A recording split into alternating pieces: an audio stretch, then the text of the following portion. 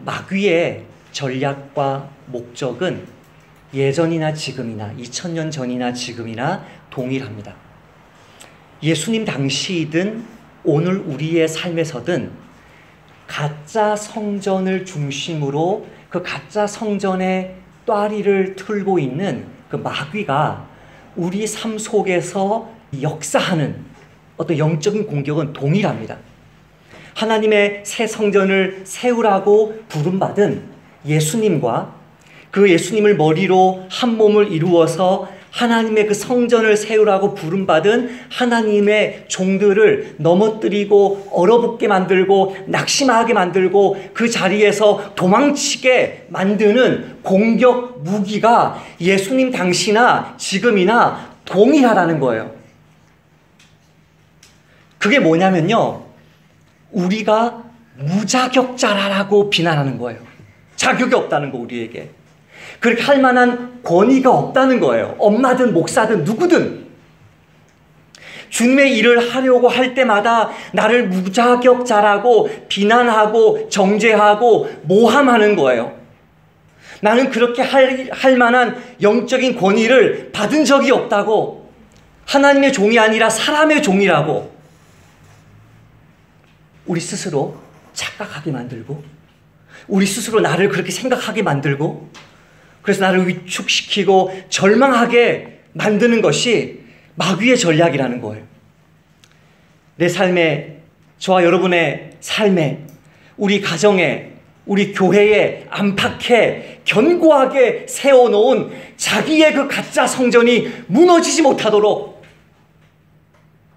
끊임없이 우리를 위축시키고, 우리가 가진 권위에 대해서, 우리가 가지고 있는 직분에 대해서, 하나님이 가정과 교회에서 나에게 허락해 주신 그 자리에 대해서 물러나게 만들고 도망치게 만들려고 안간힘을 쓰는 것입니다. 오늘 본문에 보면 예수님은 전혀 위축되지 않습니다.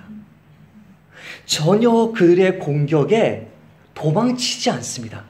오히려 마귀 편에 서서 당신을 공격하는 그 대제사장들과 서기관들과 장로들이야말로 하나님으로부터 단 한 번도 영적 권위를 받은 적이 없는 사람의 종들인 것을 드러내십니다.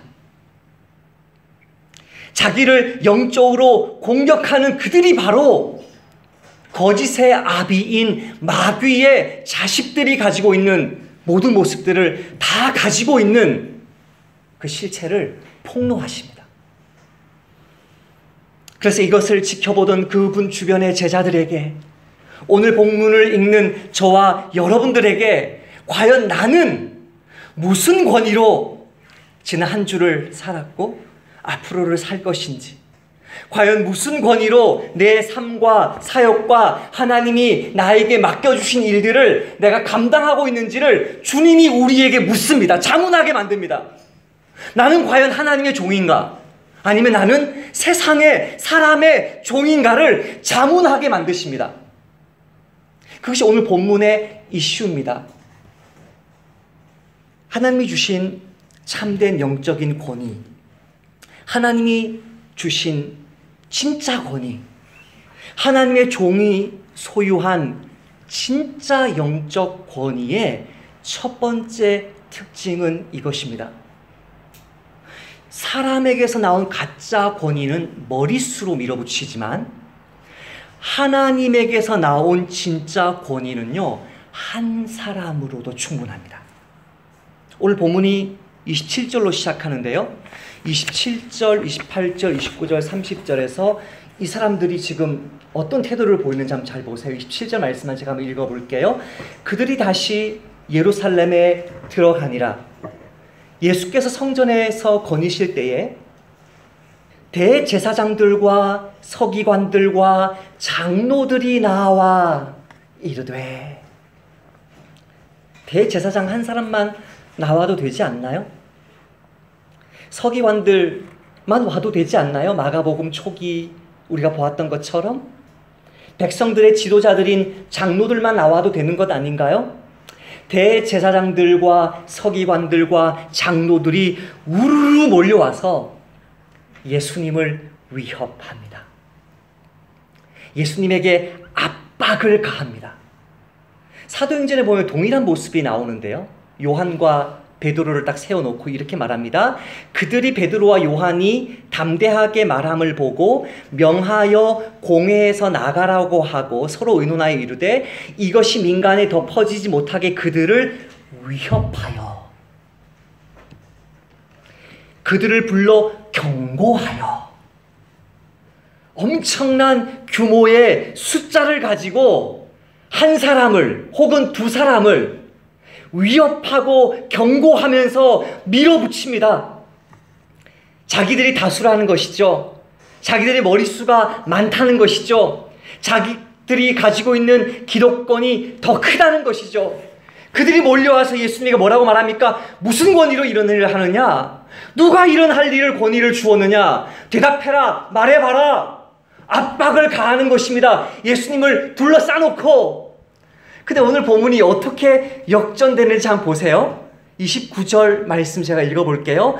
예수께서 이르시되 나도 한 말을 너희에게 물으리니 대답하라. 그 앞에 뭐가 생략됐냐면 내게가 생략됐어요. 내게 대답하라. 그리하면 나도 무슨 권위로 이런 일을 하는지 이르리라. 30절에 또 한 번 얘기합니다. 요한의 세례가 하늘로부터냐 사람들로부터냐? 내게 대답하라. 내게 대답해라. 나에게 대답해라. 자기가 지금 질문을 받는데요. 당신이 지금 질문을 받으시고 압박과 위협을 받으시는데 나에게 대답해라. 아까 말씀드렸던 베드로와 요한도 같은 이야기를 합니다. 하나님 앞에서 너희들 생각해봐라. 하나님 앞에서 너희의 말을 듣는 것이 하나님 말씀을 듣는 것보다 옳은가 판단하라. 누가요? 그 대제사장들이요, 서기관들이요, 다수의 하나님의 종이라고 말하는 그 사람들이 나에게 대답해라. 우리 두 사람에게 대답해봐라. 두 명이 혹은 예수님 한 분이 수십 명 앞에서 오히려 그들의 대답을 명령하고 그들의 합당한 태도를 요청하고 명령하는 이 태도에서 영적 권위는 사람 수가 아니구나. 우리 가족 전체가 이런 말을 하니까 이게 맞는 말이 아니구나. 우리 교회 전체가, 우리나라 전체가 이런 말을 하니까 이게 권위구나, 이게 힘이구나, 이게 정답이구나. 그게 아니고요. 진리는, 영적 권위는요, 한 사람이라도 할지라도요, 그 한 사람이 하나님 앞에서 명확한 확신을 가지고 있으면, 그분을 나를 세우신 것이 분명하면 그 한 사람의 권위로 다수를 꾸짖어요. 지금 미국에서 수년간 계속되고 있는 논쟁인데요. 지금 이것이 대법원까지 올라갔다고 이번 주에 연합뉴스에 나와서 제가 그것을 쭉 읽어보았어요. 콜로라도주 덴버가 있는 그 콜로라도주의 그 제과점의 주인이에요. 그 잭 필립스라는 이 제과점 주인인데, 이 사람이 이제 크리스찬인 거예요. 이 사람이 케이크 아티스트래요. 케이크 아티스트니까 케이크를 가지고 이렇게 예쁘게 장식하는 아티스트인데, 이분에게 2012년 7월에 그 매사추세츠 주에서 이제 동성 결혼을 한 찰리 크레이그랑 데이비드 멀린스 남성 커플이 결혼식을 매사추세츠에서 하고 결혼식 피로연을 이 콜로라도 주에서 하려고 와서 이 잭 필립스 성도에게 케이크를 만들어 달라는 그 두 명의 동성 게이의 결혼을 축하하는 그 메시지를 데코를 해달라고 이제 했을 때 이분이 이제 거절을 한 거예요. 나는 못하니까 이것을 해주는 다른 제과점에 가면 좋겠다고 이렇게 했는데, 이분들이 이 게이 커플이 이분들을 이제 소송을 건 것입니다. 이후로 지금까지 한 5년 정도 살해 위협을 받고 폭행을 당하고 가게 그 시위를 하니까 이제 상품이 팔리지 않고 이제 겨우 먹고 살고만 있는 그런 상황이 이제 5년 동안 진행되어 왔고, 그 사이에 2015년에 미국은 동성애 결혼을 합법화시켰고, 이번 주로 아는데 지난주였습니까? 호주에도 이제 동성애가 합법화됐죠. 카톨릭의 본산인 아일랜드가 작년인가요? 재작년인가요? 동성애 합법화됐죠. 그 사이에 미국이 이제 동성애가 합법화되는 상황 속에서 이게 이제 올라간 것이죠. 그 필립스 성도가, 형제가 이렇게 말합니다. 나는 다른 것은 잘 모르겠습니다. 나는 내 믿음과 어긋나는 것을 만들 수 없습니다. 내 가족을 먹여 살리는 이것과, 너 계속 영업하고 싶으면 내 가족을 먹여 살리는 이것과 하나님과 나의 이 관계를 모독하는 것 중에서 하나만 선택하라고 강요하는 것은 부당합니다. 저는 이미 답이 보입니다. 이 사람 질 것입니다. 답이 뻔하거든요.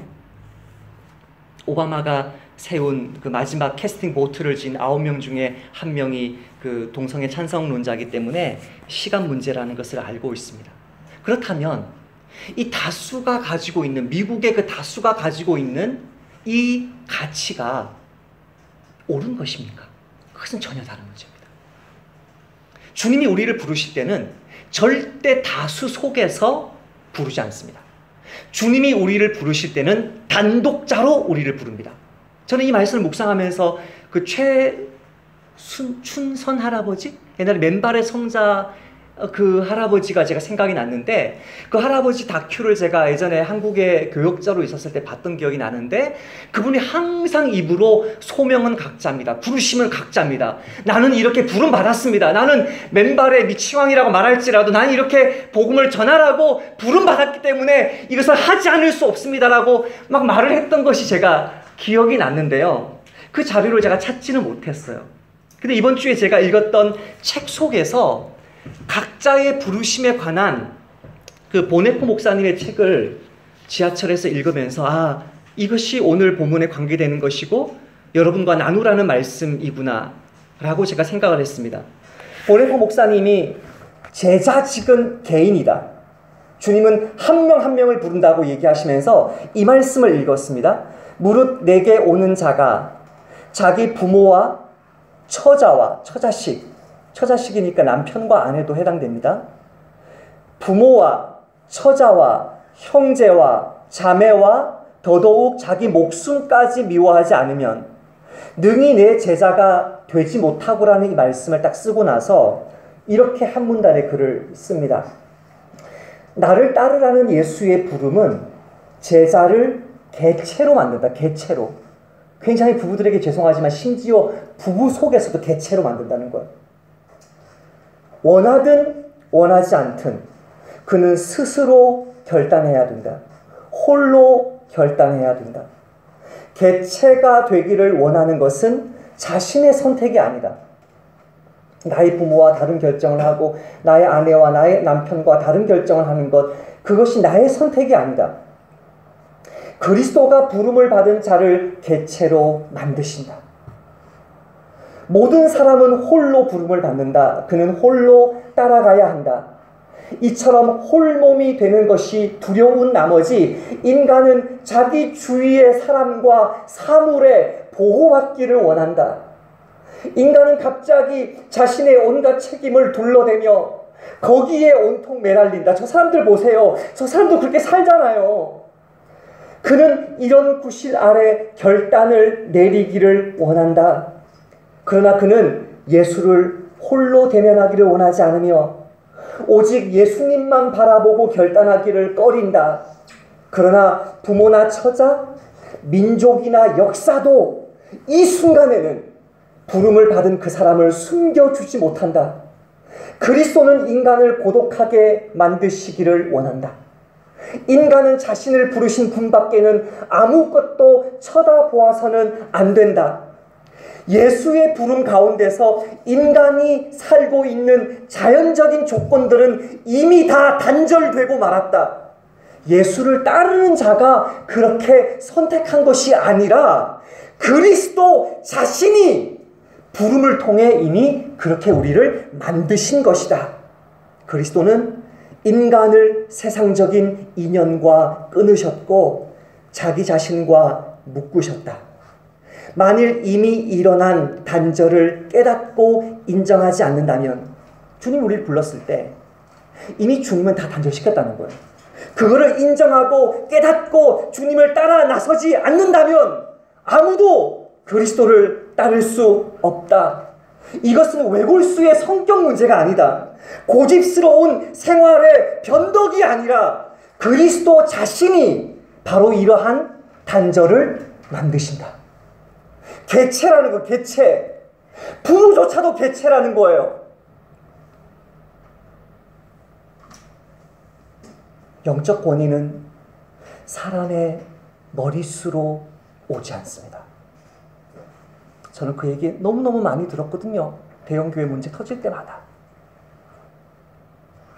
사람의 머릿수에 진리가 있지 않습니다. 정말 하나님이 영적 권위를 거기에 주셨는가 주시지 않았는가 하나님이 결정합니다.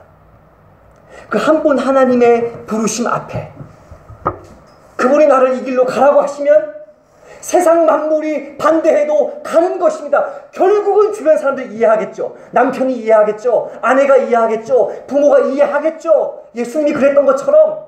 그러나 그 결단은 단독자로 하는 것입니다.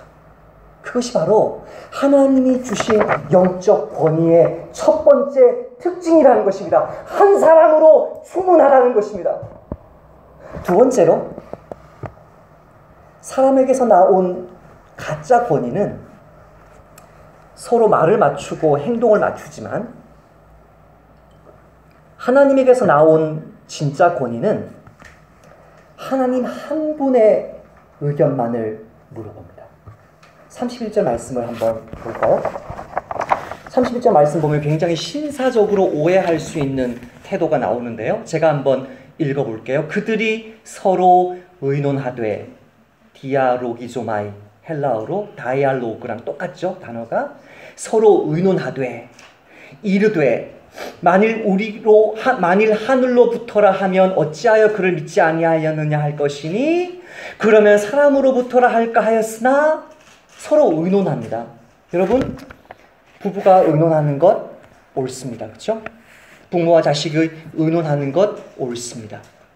그러나 이 사람들이 지금 의견을 나누는 것은 대화하는 것이 아니고요. 말을 맞추는 것입니다. 여러분, 지금 신문 기사를 읽어보십시오. 지금 현재 누가 입을 맞추던가요? 누가 서로 말을 맞추고 막 이렇게 공모하던가요? 검찰에 불려나온 공범들 중에 가장 먼저 불려나온 사람이 나머지 공범과 하는 행동이 무엇입니까? 말을 맞추는 것입니다. 오늘날에서 말을 맞추는 사람들, 이렇게 우리 같이 행동합시다. 우리 이렇게 하십시다. 나 선교사로 부름받았는데 당신 선교사로 나가실 거예요? 그럼 같이 나갑시다. 당신 안 나가면 나도 안 나가요. 우리 삶 속에서 신앙생활 하는 여러 모습 속에서 다른 사람들과 의견을 맞추고 말을 맞추고 행동을 맞추는 것은 사실 공범들이, 죄인들이 무언가 진실하게 있는 그대로, 사실 그대로, 부름받은 그대로 행동하고 자신의 삶을 드리고 싶지 않은 사람들이 하는 행동이 뭐예요? 입을 맞추는 거예요. 말을 맞추는 거예요. 근데 예수님은 말을 맞추지 않을 뿐만 아니라 스스로도 자기 권위를 내세우지 않습니다. 예수님의 말씀들 중에 요한복음 5장 말씀을 제가 노트에 한번 적어보았는데요. 예수님이 하나님 한 분의 권위를 주장하는 모습을 이렇게 보여줍니다. 내가 아무것도 스스로 할 수 없노라. 예수님이 아무것도 스스로 할 수 없노라 라고 말씀하십니다. 나는 듣는 대로 심판하노니 나는 나의 뜻대로 하려 하지 않고 나를 보내신 이의 뜻대로 하려 함으로 내 심판은 의로우니라. 내가 만일 나를 위하여 증언하면 내 증언은 참되지 아니하되 나를 위하여 증언하시는 이가 따로 있으니 나를 위하여 증언하시는 그 증언이 참인 줄 아노라. 나는 사람에게서 증언을 취하지 아니하노라. 내게는 더 큰 증거가 있으니 아버지께서 내게 주사 이루게 하시는 역사, 곧 내가 하는 그 역사가 아버지께서 나를 보내신 것을 나를 위하여 증언하는 것이요, 죽은 사람이 살아나는 것, 문둥병자가 고침받는 것, 귀신이 내쫓김 당하는 것, 악하게 귀신 들리고 병 들린 모든 사람들이 고침받는 것, 그 역사가 내가 하나님으로부터 보냄받았다는 사실을 보여주지 않느냐라고 말씀하시면서 이렇게 말합니다. 또한 나를 보내신 아버지께서 친히 나를 위하여 증언하셨느니라. 하나님 한 분 앞에서 정말 하나님 한 분이 나를 지지하고 나를 세워주시고 나에게 영적 권위를 주셨는가, 그것을 가지고 계속 내가 이 일을 해야 될지 하지 말아야 될지를 결정한다는 것입니다. 이번 주에 저희 나그네 교회 준회원 지체에 카톡 문자를 받았습니다. 목사님, 요즘 추석 연휴 전후로 회원들이 빠지더니 복귀도 안 되고 계속 기도하고 있는데도 오늘도 3명이 나가고 1명은 1월에 나간다고 미리 이야기하네요. 어쩔 수 없는 사정들이 회원들에게 자꾸 생기네요. 근데 이 사람의 말 속에 답이 들어있어요. 기도 부탁드립니다. 염려하거나 근심하지 않도록, 주님이 제게 주신 평안을 빼앗기지 않도록 주님이 긍휼히 여기셔서 속히 회복해 주시도록, 이 과정을 통해 내 속에 하나님 나라에 대한 간구와 소망이 더 커지도록 기도해 주십시오.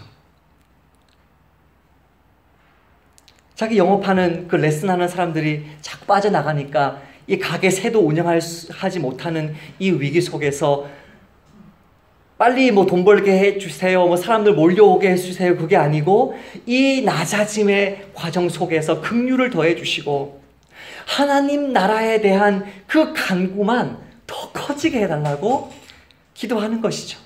제가 이분에게 그 얘기를 했어요. 이분이 이런 일을 겪고 나서 남편을 몰아세웠대요. 나는 죄가 없다. 당신 아간처럼 뭐 죄 지은 거 없냐?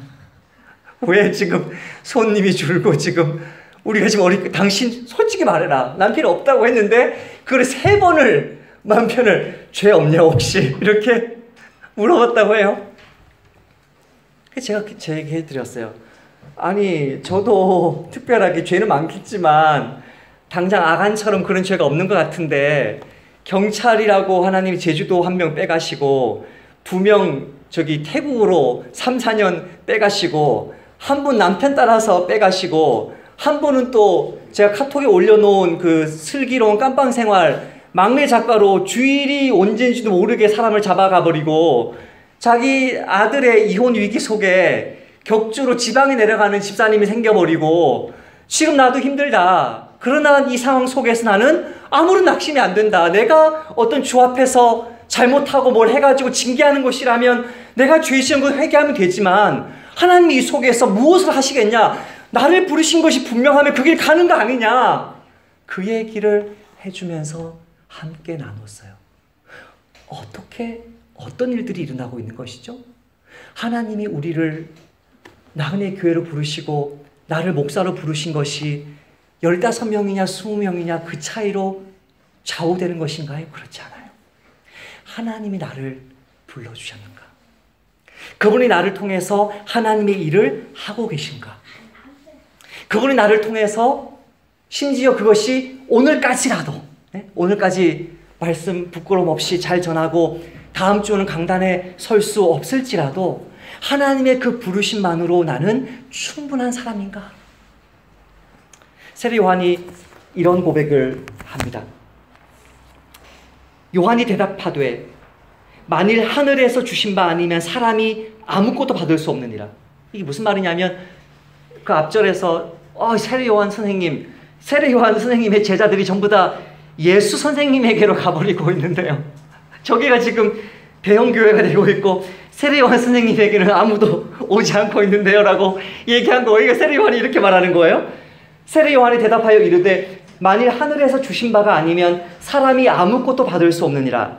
만일 내가 말한 바 나는 그리스도가 아니요 그의 앞에 보내심을 받은 자라고 한 것을 증언할 자는 너희니라.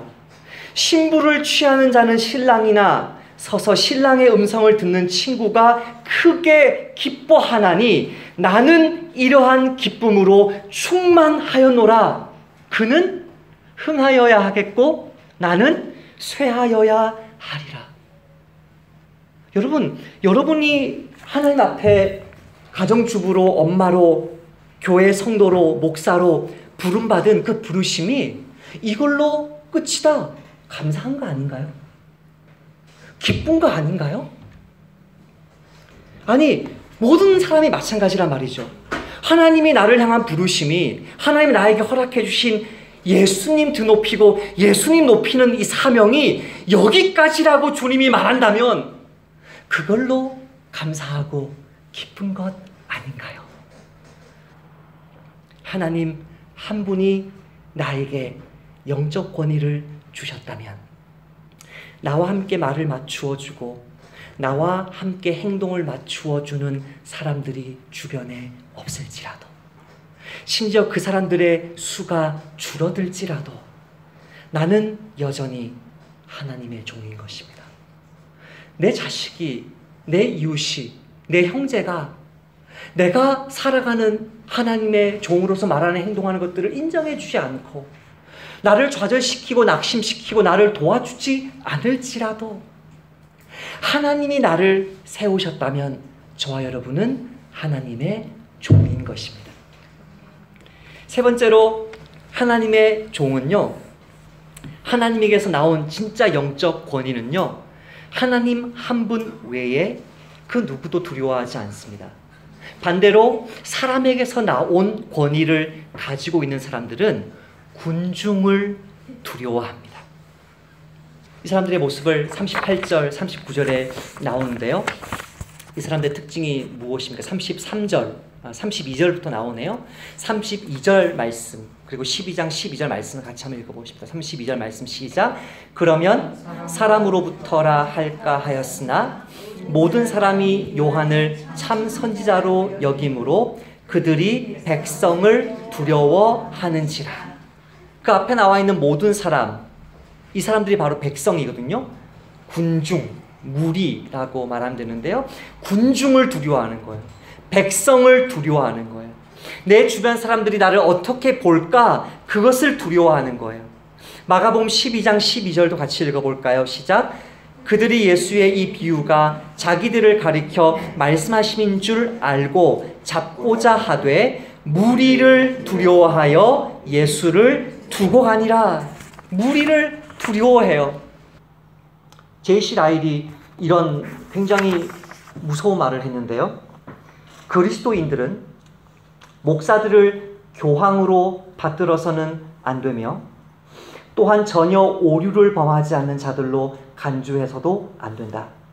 성공회나, 이분이 성공회에 속해 있었는데요. 성공회나 장로교 혹은 회중교회든 그 어떤 교회의 법령도 오류를 범하지 않는 것은 하나도 없다.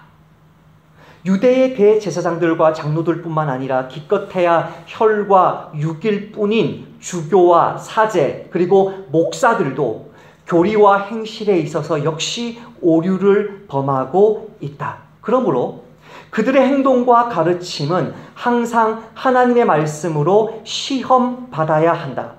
여기서 이제 클라이막스입니다. 그들이 성경을 따르고 있는 한 그들의 말을 들어야 하지만 그 이상을 넘어서는 안 된다. 성경 말씀을 따르는 목사, 주교, 신부라면 그들을 따라야 되지만 그들이 성경 말씀과 어긋나는 행동을 하고 있다면 따라서는 안 된다. 교황이라고 할지라도 목사를 교황으로 만들어서는 안 된다. 그러나 오늘날 우리 주변에서 보는 사람들은 어떻게 행동하고 있습니까? 교황처럼 행동하고 있습니다. 교황처럼 행동할 때마다 그들이 가장 민감한 것이 무엇이냐면 그렇게 반성경적이고 반교회적인 행동을 할 때 여론이 어떻게 되는지를 그것의 모든 촉각을 곤두세웁니다. 그 여론을 어떻게 잠재울까? 그래서 모든 언론 플레이를 하는 것입니다. 그러나 하나님의 종은요, 사람들을 두려워하지 않습니다. 하나님의 종이 두려워하는 사람은 한 분 하나님밖에 없습니다. 내가 내 친구인 너희에게 말하노니 몸을 죽이고 그 후에는 능히 더 못하는 자들을 두려워하지 말라. 마땅히 두려워할 자를 내가 너희에게 보이리니 곧 죽인 후에 또한 지옥에 던져넣는 권세 있는 그를 두려워하라. 내가 참으로 너희에게 이르노니 그분을 두려워해라. 누구예요? 한 분? 하나님. 하나님 앞에서 나의 지금 삶이 세상 사람들이 볼 때는 가장 초라하고 못나고 정말 바보 같은 삶을 살고 있어도 하나님 한 분이 나를 기뻐하시고 즐거워하신다면, 오히려 나의 이 사명을 떠나서 나의 마음대로 살아가는 그 삶을 더 하나님이 슬퍼하신다면 하나님 한 분을 두려워함으로 그 길을 가라는 것입니다. 저는 이번 주에 저희 친구 목사님이 전화를 하셔서, 창산아, 한국교회가 너무 힘들다. 첫마디가, 한국교회 가정들이 너무너무 많이 깨어져 있고 이번 주만 해도 나의 제자들 중에 3가정이 이혼한단다. 창산아, 어쩌냐? 목사들은 그것을 알고 있는지 모르겠다. 자기는 선교사니까. 그 중에 한 가정은 대구까지 내려가서 신방하면서 그렇게 이혼해서는 안 된다고, 이걸 치료해보자라고 이야기했는데 더는 못 살겠단다. 창산아, 어쩌냐? 그것을 해결해 보려고 하였지만 실패한 것입니다. 분명히 하나님 앞에 영적 권위를 받았음에도 불구하고 하나님 앞에서 받은 그 영적 권위가 우리 눈에 보이는 모든 영적인 개입 속에서의 성공을 의미하지는 않습니다. 예수님의 이 영적 권위, 사람들이 동의하지 않았고 거짓 성전을 차지하고 있는 이런 가짜 지도자들, 영적인 분별력이 전혀 없어서 세례 요한의 세례가 하나님께로부터 나온 것인지 사람에게로부터 나온 것인지도 분별하지 못하는 그 어리석음, 하나님에게서부터 나왔다는 사실을 알면서도 말하고 싶지 않는 그 거짓됨, 그 무책임한 사람들로 인하여서 예수님의 권위가 끝까지 십자가에 달려 돌아가시기까지 거부될지라도 결국은 우리는 예수님이 진짜 왕이라는 사실을 알고 있습니다. 영적 권위의 실패와 아픔에 대해서 사도행전과 요한복음은 2번 다 하나님이 우리의 눈에 보이는 실패도 불구하고 궁극적인 승리를 약속합니다. 사도행전에서 이런 말씀이 등장합니다. 이제 내가, 가말리엘이라는 이 바리새인이 얘기하는 건데요. 이제 내가 너희에게 말하노니 이 사람들을 상관하지 말고 버려두라. 이 사람과 이 사상과 이 소행이 사람으로부터 났으면 무너질 것이요. 제가 부름받은 게 아니고 자기가 할 일 없어가지고 교회를 자기 먹고 살려고 개척한 것이면 무너질 것이요. 만일 하나님께로부터 났으면 너희가 그들을 무너뜨릴 수 없겠고 도리어, 이 다음 말이 중요한데요, 도리어 하나님을 대적하는 자가 될까 하노라. 여러분이 하나님 주신 권위에 굳건하게 서 있을 때 여러분의 그 영적 권위를 인정하지 않는 사람이 하나님을 대적하는 자가 된다는 것입니다. 하나님으로부터 났으면 절대 무너뜨릴 수 없겠고 오히려 무너뜨리려고 하는 것이 하나님을 대적하는 행위가 될 것이다. 예수님도 동일한 말씀을 하십니다. 나는 사람에게서 증언을 취하지 아니하노라. 내게는 더 큰 증거가 있나니 아버지께서 내게 주사 이루게 하시는 역사. 누가요? 하나님 아버지가 예수님에게 이루게 하시는 역사, 그것이 있기 때문에 예수님은 사람들의 배반이나 거절이나 압박이나 핍박을 두려워하지 않으셨습니다. 오늘 본문을 통해서 주님은 저와 여러분에게 묻고 계십니다. 너는 과연 어떤 권위로 가정에서, 교회에서, 직장에서, 너가 살아가는 그 삶 속에서, 너가 나간의 교회를 섬김에 있어서 어떤 권위로, 하나님에게서 내가 준 권위냐, 사람들 보면서, 눈치 보면서, 입을 맞추면서, 행동을 맞추면서 적당하게 목회하는 그런 권위냐, 나에게 대답하라 물으실 때에 주님, 저는 제 주변 사람들이 다 반대하고 동의해 주지 않고 박수 쳐주지 않아도 주님 한 분만을 두려워하겠습니다. 나 한 사람 남을지라도 이 길 가겠습니다. 주님이 나에게 주신 그 영적 권위로 만족하겠습니다. 내 눈에 보이는 삶은 실패의 연속인 것 같아도 결국은 최종 승리를 나에게 주실 줄 알고 낙심하지 않고 내 가정, 내 교회 지켜내겠습니다. 고백하시는 저 여러분 되시기를 주님의 이름으로 권면드립니다. 하나님 아버지 감사합니다. 저희들을 지난 30년, 40년, 50년, 60년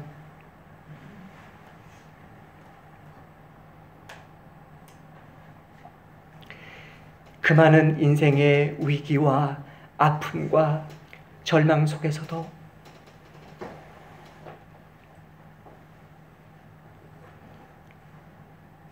나는 내 인생, 내 삶 다 놓고 싶어 질 정도의 절망을 했었어도 주님은 내 인생 붙드셔서 이 자리에까지 이르게 하셔서 감사합니다.